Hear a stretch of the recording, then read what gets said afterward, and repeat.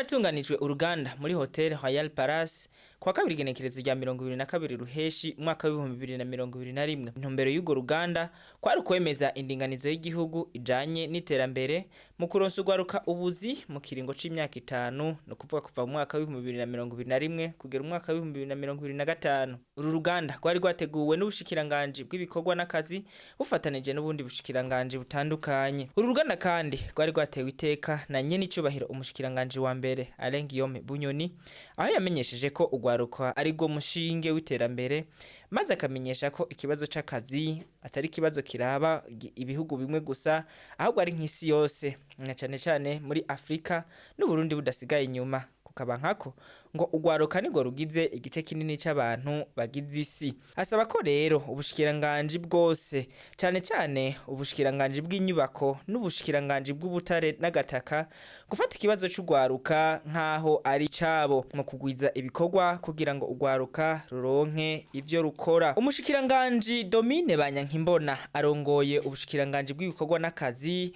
amenyesha ko bateguye uru ruganda mu kurabira hamwe imigambi bokora kugira ngo urwaruka rushobore kuva mu bushomeri. Ikibazo kiraba guhangara ubushomeri ngo si igikorwa kiraba ubushikiranganje bw'abakozi gusa ahubwo nyabuna ngo buraba ubushikiranganje bwose. Ubushikiranganje bw'abakozi n'akazi baramutse bukoranya abava mu bushikiranganje butandukanye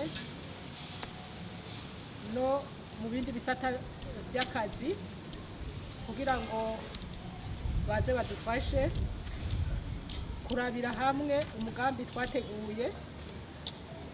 Umugambi nkuko muhejeje kubivuga uzokora kuva mu mwaka wa 2021 gushika mu mwaka wa 2025.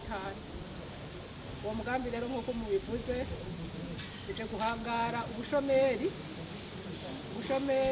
muri rusange ariko ubushomeri bw'urwaruka nkuko mubikurikirana na nyiricubahiro umukuru w'igihugu cacu ntasiba kuvumera yuko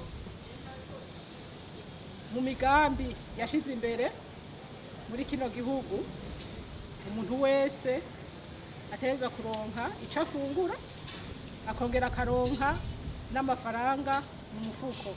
Nayo ngo abasanzwe batunganya ibikorwa mu bushikiranganje butandukanye abahamagarira ko imisi yose mu byo bakora bakwiye kwisunga wa mugambi w'igihugu uvuga ngo umunwa wose ufungure n'umufuko wose uronka amahera. Hamagarira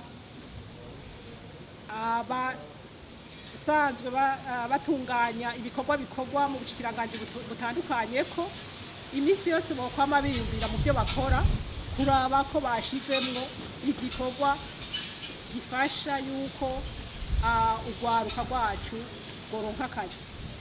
Ubushikiranganje bwose butunganije imigambi bwokora no kuvuga ko buzokwama buraba ati mbega ibi bintu dutunganya harimo yuko urwaruka ruronka ico rukora muri ya ntumbero ya nyene icubahiro umukuru w'igihugu cacu yuko umurundi wese aronka ico afungura akongera akaronka n'amafaranga ku mufuko.